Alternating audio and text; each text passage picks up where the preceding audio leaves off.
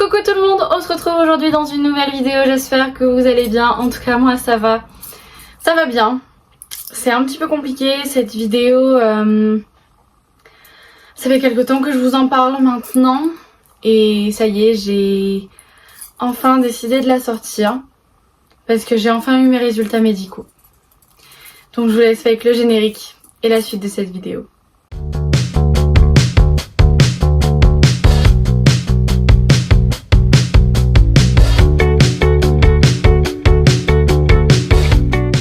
Donc comme je vous disais, j'ai enfin eu mes résultats médicaux, j'ai enfin passé tous les examens entre guillemets, je vais sûrement en avoir d'autres à passer pour approfondir le premier diagnostic. Mais maintenant que j'ai eu un premier diagnostic, je peux vous en parler. Alors comme vous savez, voilà, je suis atteinte de douleurs pelviennes et de symptômes qui semblaient être de l'endométriose. Et j'ai eu le diagnostic, ce n'est pas de l'endométriose, mais on m'a décelé une dystrophie ovarienne, donc c'est-à-dire que j'ai un ovaire plus petit que l'autre. J'en ai un qui fait 14 cm je crois. Et l'autre qui en fait 11. Je sais plus si c'est un centimètre ou pas. De toute façon j'ai mon dossier. Donc si jamais je fais des erreurs et tout, ce sera rectifié. Et on m'a décelé plus de 20 microkystes à chaque ovaire.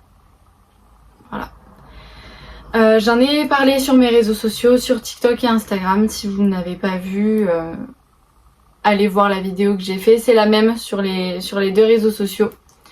Mais voilà, j'en ai parlé sur TikTok et Instagram avant de vous en parler à vous. Mais quoi qu'il en soit, ça sort la même semaine parce que j'ai eu mon IRM mardi. Là on est vendredi lorsque je tourne cette vidéo, j'ai mis longtemps avant de me décider à la tourner, à vous en parler, etc. Et elle sort dimanche donc voilà, donc là j'ai mon dossier. Donc je sors de 5 ans d'errance médicale. Donc j'ai eu mes premières règles en 2020, en avril 2020. Et nous sommes en mars 2025. Et j'ai enfin les résultats. Il faut savoir que je me suis plaint de mes douleurs et de mes symptômes dès mes premières règles. Donc au début personne ne me prenait au sérieux les premiers mois, la première année, parce que voilà, je venais d'avoir mes règles, je venais de découvrir, donc avoir mal c'était censé être normal, avoir des règles régulières et abondantes dès le début c'était censé être normal, etc. Et plus j'en parlais à des personnes de ma famille, plus j'en parlais à des copines, etc., plus je me suis rendu compte que ce n'était pas normal, jusqu'à ce que je tombe enfin sur des médecins compétents et qui m'ont dit non, effectivement ce n'est pas normal. Mais voilà, j'ai mis 2 ans avant d'arriver à un médecin qui m'a dit que ce n'était pas normal. Mais ce médecin-là m'a dit que j'étais trop jeune pour entreprendre quoi que ce soit et que c'était sûrement rien. Que oui, je pouvais avoir des douleurs anormales, mais ça voulait pas dire forcément qu'il y avait une pathologie derrière. Et donc il fallait que je prenne sur moi. On m'a répété ça pendant bien 4 ans et demi, jusqu'à ce que je tombe sur les médecins sur lesquels je suis tombée là, fin 2024. Et ça m'a fait du bien de me sentir enfin écoutée. Et qu'on me dise oui, bah vu vos symptômes il y a forcément quelque chose, on va pas vous laisser souffrir, même si pour l'instant on trouve pas, parce que on peut avoir du mal à trouver, on peut mettre du temps, parce que toutes les pathologies féminines ne sont pas encore connues, mais on vous laissera pas souffrir et on vous trouvera des solutions. Ça m'a fait énormément de bien, mais ça m'a énormément stressée parce que je savais que j'allais enfin avoir les examens médicaux que j'attendais et ça me faisait peur. Donc j'ai fait prise de sang et échographie en mai ou juin 2024. On n'a rien trouvé. Et donc les premiers médecins que j'avais vus ont abandonné, m'ont dit que ça devait être simplement la pilule, etc. On m'a pas changé ma pilule pour autant ni rien. On m'a laissé comme ça, on m'a laissé souffrir.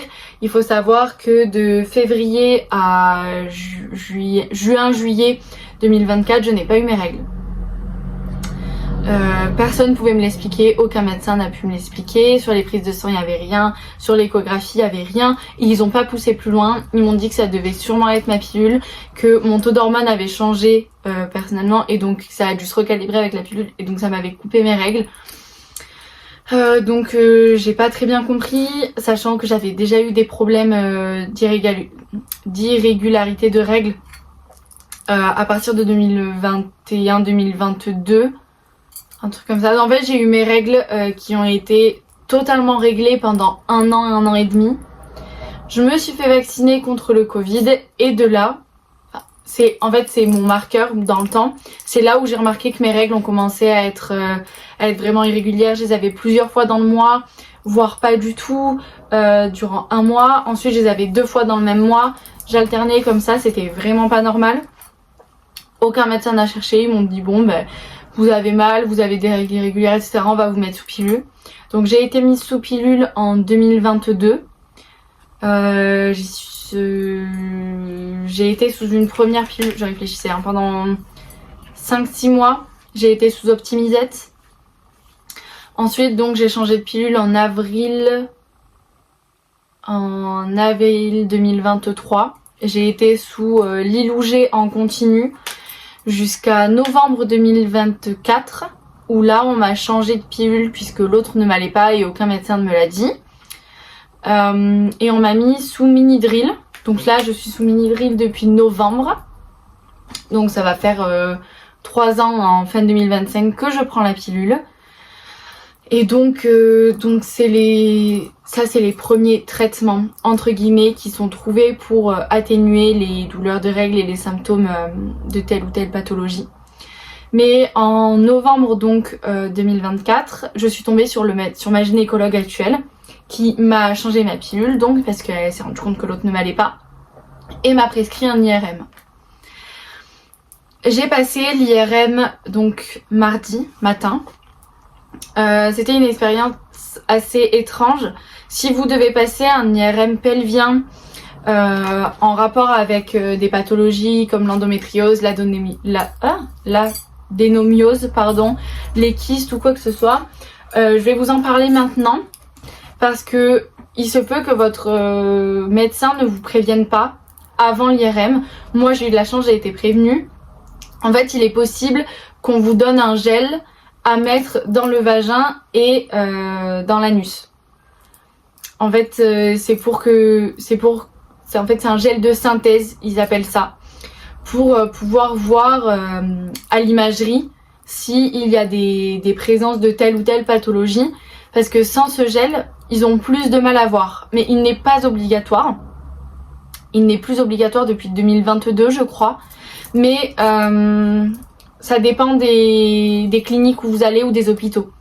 Donc certains hôpitaux vont vous le donner d'office, d'autres vous laisseront choisir si vous le voulez ou pas, et d'autres ne vous le donneront carrément pas. Moi on m'a pas vraiment laissé le choix, on me l'a donné, j'avais le choix de ne pas le mettre dans le vagin, mais je me suis dit si on voit mieux avec ça, je vais le mettre, quoi. Je vais pas chipoter, donc voilà, le gel ça peut être un petit peu déstabilisant. Surtout quand on est jeune et que voilà c'est les premiers examens, etc. Donc moi heureusement que j'étais préparée mentalement, je me doutais que j'allais l'avoir puisque mon médecin m'avait dit qu'il était possible que je l'ai. Donc voilà, je préférais vous en parler. Et ensuite l'IRM a duré 20 minutes. Et donc là j'ai eu les résultats. Donc là en fait dans cette pochette, hop, je l'ai noté médical gynécologie. Bon j'ai écrit en bleu sur bleu donc ça se voit pas beaucoup. Mais comme ça j'ai tous mes dossiers. Comme ça je sais quand est-ce que j'ai fait tel examen, quand est-ce qu'on m'a décelé ci, quand est-ce qu'on m'a décelé ça. Je trouve ça très important par rapport à cette pathologie-là, par rapport à toutes les pathologies, même toutes les maladies que vous pouvez potentiellement avoir, d'avoir un dossier médical comme ça. Comme ça, moi c'est plus facile. Imaginons si un jour je change de médecin, je lui montre les imageries, je lui montre ci, je lui montre ça et c'est plus facile. Et donc on m'a décelé, comme je vous l'ai dit, des kystes aux ovaires. Donc moi ça m'a surprise parce que je m'attendais vraiment à ce que ce soit de l'endométriose ou autre chose, puisque lorsque j'ai fait mon échographie il y a bientôt 1 an, on m'avait rien trouvé. On ne m'avait pas trouvé de kystes aux ovaires. Et là on m'en a décelé 20 de chaque côté, si ce n'est plus. Et moi personnellement quand j'ai appris ce diagnostic mardi en rentrant chez moi après l'IRM, je vous avoue que ça m'a vraiment mis mal. Ça m'a pas... d'un côté, j'étais vraiment soulagée d'avoir enfin un mot sur la pathologie dont je souffre, sur cette maladie qui me bouffe la vie, hein, mine de rien. Mais d'un autre côté, je pensais pas que c'était des kystes, et surtout pas aux ovaires. Et moi qui rêve d'être maman, et qui rêve d'être maman jeune en plus de ça, et qui là, véritablement, mon seul but dans ma vie, c'est d'avoir des enfants, de devenir maman, c'est l'un de mes plus grands rêves. Je vous avoue que ça me met pas très bien. J'ai peur de la suite des examens médicaux et des rendez-vous avec ma gynécologue. Donc j'ai rendez-vous dans 2 semaines pour faire le point sur l'IRM. Donc là voilà, j'ai le compte rendu. Et donc il a été noté que j'ai un utérus de taille normale. Donc ça c'est très bien. Qui est antéversé, donc ça veut dire qu'il est à l'endroit. Voilà. Que je n'ai pas d'épaississement de la zone jonctuelle, je sais pas vraiment ce que ça veut dire, mais voilà. Il n'y a pas de spot hématique intra-utérin. Je sais pas non plus ce que ça veut dire. Si vous savez ce que ça veut dire en commentaire, ça m'arrange. Il y a certains trucs que je ne comprends pas, mais bon, puisque c'est des choses qu'on ne retrouve pas et donc où il n'y a pas de pathologie ou quoi, voilà, c'est pas important. Mais puisque je comprends pas exactement tous les termes médicaux, voilà. Ensuite, il est noté que mes ovaires sont un peu hypertrophiés, qui est siège de multiples petites formations kystiques. Et ils en dénombrent plus de 20 de chaque côté, avec un volume ovarien à droite de 14 millilitres, ouais, de 14 millilitres pour 10 à gauche. Voilà, donc c'est 14 et 10, soulevant l'hypothèse d'une dystrophie polymicrokystique. Donc j'ai pas d'endométrium ovarien droit ou gauche, pas de signe d'endométriose profonde en particulier sur les sites classiques, que sont le torus, le cloison recto-vaginal et les ligaments utérosacrés. Donc il n'y a pas de signe d'endométriose, mais il y a une suspicion de dystrophie polymicrokystique bilatérale. Quand j'ai lu le compte rendu dans la voiture, vraiment, comme je vous le dis, ça m'a fait un choc parce que lorsque j'avais fait mes prises de sang, on m'avait rien trouvé. Quand j'avais fait mon échographie, pareil, on m'avait rien trouvé. Je vais essayer de retrouver là. Hop, donc ici j'ai l'échographie qu'on m'avait fait passer il y a bientôt 1 an. Donc, hop, au niveau des ovaires, c'est noté qu'il y a un ovaire qui est du coup de 14,70 mm et l'autre qui est de 11,30. Donc pareil, on voit déjà sur l'échographie, on avait vu qu'ils n'étaient pas de la même taille, mais c'était pas choquant pour la gynécologue qui m'avait fait passer l'échographie. Mais surtout que là, vous voyez que donc 14,70 mm, 11,30 mm, et là on est à 14 ml et 10 ml. Je sais pas vraiment s'il y a une grande différence entre millilitres, millimètres par rapport à ça. Mais voilà, on a quand même une différence qui est quand même très visible. Après voilà, c'est pas important que le fait que j'en ai un plus petit que l'autre, mais je m'y attendais pas. Et ensuite, voilà, on n'avait pas vu... ils n'avaient pas vu les kystes en fait à l'échographie. Et pour avoir 20 kystes de chaque côté, c'est pas en 1 an qu'ils se sont développés, on m'a dit. Ils se sont développés en plus de temps que ça. Et ça explique plein de mes symptômes en fait, et je m'en étais pas rendu compte. Pour moi, c'était impensable que j'ai des kystes aux ovaires. Et en fait, une fois après avoir lu le compte rendu, c'est vrai que je me suis rendu compte que certains de mes symptômes étaient très liés. Le fait que mon ventre gonfle parfois d'un côté ou de l'autre et que l'autre côté soit plat, que je me plaigne d'avoir mal aux ovaires, que j'ai l'impression qu'on me serre les ovaires à fond à certains moments, d'avoir mal durant l'ovulation.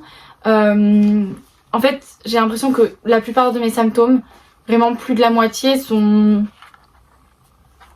enfin compris. Je comprends enfin pourquoi j'ai tel ou tel symptôme, pourquoi j'ai telle ou telle douleur. Mais maintenant c'est mentalement que c'est difficile en fait d'accepter le diagnostic et là d'attendre. C'est rapide, 2 semaines un rendez-vous chez la gynécologue, d'attendre 2 semaines. Surtout à l'heure actuelle avec toutes les attentes, etc. Mais c'est vrai que si ça avait été, enfin si ça pouvait être plus rapide, ça m'aurait arrangé parce que là attendre 2 semaines dans le flou en me disant mais en fait j'ai des kystes aux ovaires, enfin je comprends pas. C'est très compliqué pour moi d'accepter ça, d'attendre pour savoir qu'est-ce qu'on fait. Est-ce que j'ai d'autres examens à passer? Est-ce que ça peut s'arranger? Est-ce que je peux ne plus les avoir? Est-ce que ça se soigne? Est-ce que ça va poser problème pour plus tard, pour si je veux des enfants? Est-ce que... Je sais pas. C'est 3000 questions qui se bousculent dans ma tête et... c'est compliqué pour moi.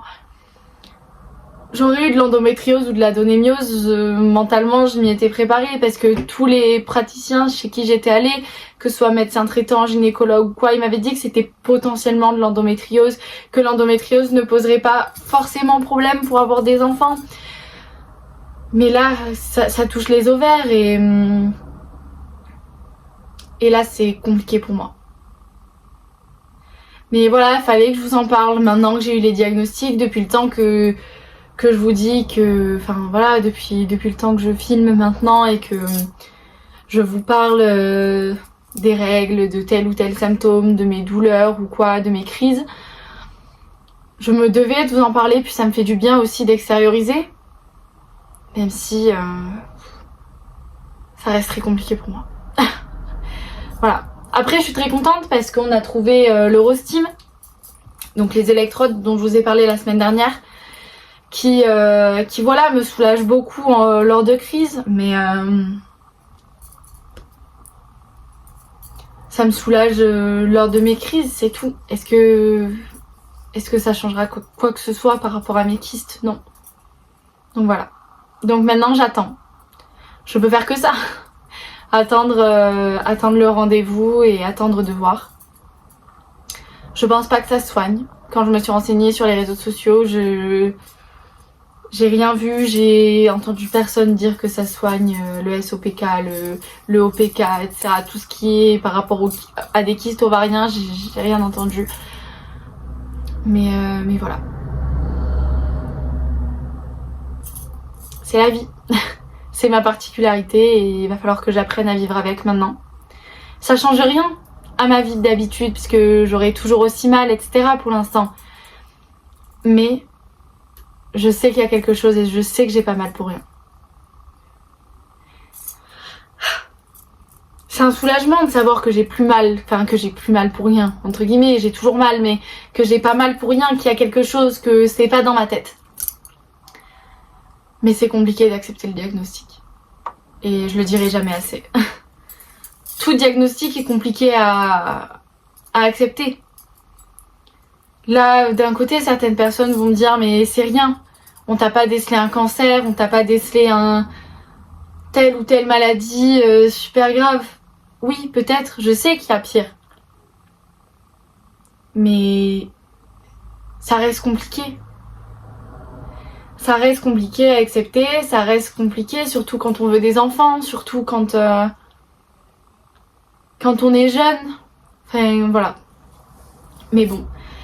J'espère que cette vidéo vous aura quand même plu, même si c'est une vidéo voilà qui parle de encore et toujours de problèmes féminins et là pour le coup c'est les miens et c'est mon diagnostic. Voilà, j'espère que cette vidéo aura pas été trop longue pour rien. Dites-moi en commentaire si vous connaissez des personnes ayant cette pathologie-là, si vous en avez déjà entendu parler, si vous-même vous l'avez, si vous savez si ça se soigne, etc. Si jamais vous savez quoi que ce soit, dites-le moi en commentaire. Si jamais vous avez des questions, pareil, dites-le moi en commentaire. Sinon, retrouvez-moi sur mes réseaux sociaux. Vous avez mon Insta et mon TikTok juste ici, si jamais vous voulez me contacter par rapport à ça. Et sinon, n'oubliez pas de vous abonner à mon Insta et mon TikTok justement, à la chaîne YouTube, c'est pas déjà fait, likez, commentez, partagez, activez la cloche des notifications. Je vous dis à la semaine prochaine, 10h pour une nouvelle vidéo. Ciao ciao! Hop, du coup, comme à chaque fin de vidéo, vous avez ma chaîne YouTube et la dernière vidéo sortie.